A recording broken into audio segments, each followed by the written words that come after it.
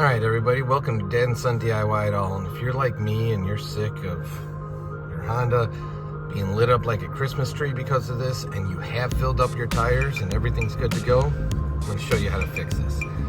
So what you want to do is you want to go over here to your radio.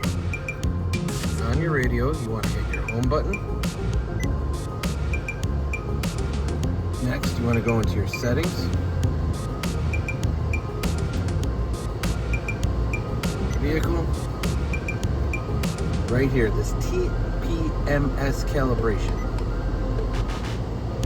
And you're going to hit calibrate. Now bear in mind, this is after you filled up your tires if they're low. We are currently in a very, very cold snap, so that's why our tires went low.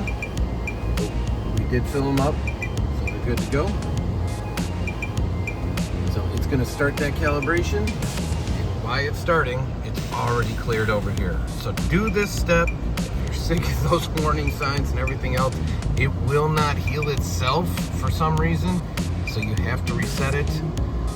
So hope this helps you. If it does, be sure to subscribe, hit those notifications, because we come out with quick tips, DIYs, and all sorts of fun stuff.